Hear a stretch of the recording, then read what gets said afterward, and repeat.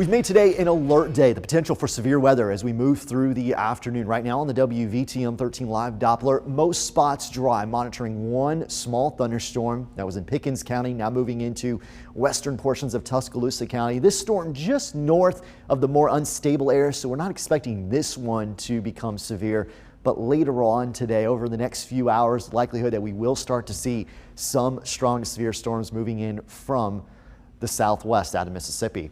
Alert weather through 6 p.m., likely through 7 p.m. That's the threat timeline, noon through 7 for the potential for severe weather, damaging wind gusts, the possibility of a tornado or two as well. We're building that instability, the warm, unstable air coming north from the Gulf of Mexico. Right now, fairly quiet, although cloudy skies across central Alabama. These are the storms that we're going to watch very closely here in the southern part of Mississippi as they move into south central Alabama. There's a closer look right now at some of those stronger storms. Currently no active warnings just yet. We do expect the Storm Prediction Center to issue a tornado watch likely over the next hour or two in advance of this line of storms. Here's one of our forecast models indicating just a few showers around central Alabama for the next hour or so, but then comes that line of thunderstorms working in from the west through the early to mid-afternoon hours at 1 p.m., basically right along the state line. 3 p.m. coming very close to the Birmingham metro. Notice a lot of heavy rain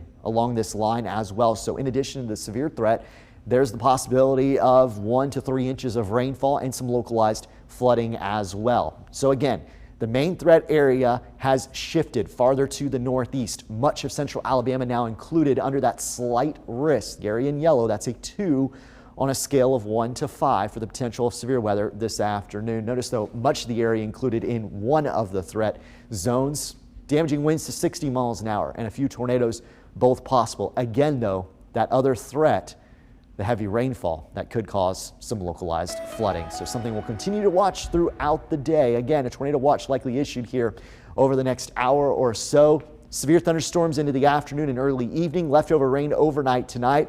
Drying out tomorrow. Much colder with temperatures only in the upper 30s and low 40s. Maybe in a little freezing drizzle for a short time early tomorrow morning in Marion County. Could cause a few slick spots, something to keep in mind. It'll turn much colder again over the weekend. Nighttime lows back below freezing. Daytime highs in early next week in the 50s with sunshine returning.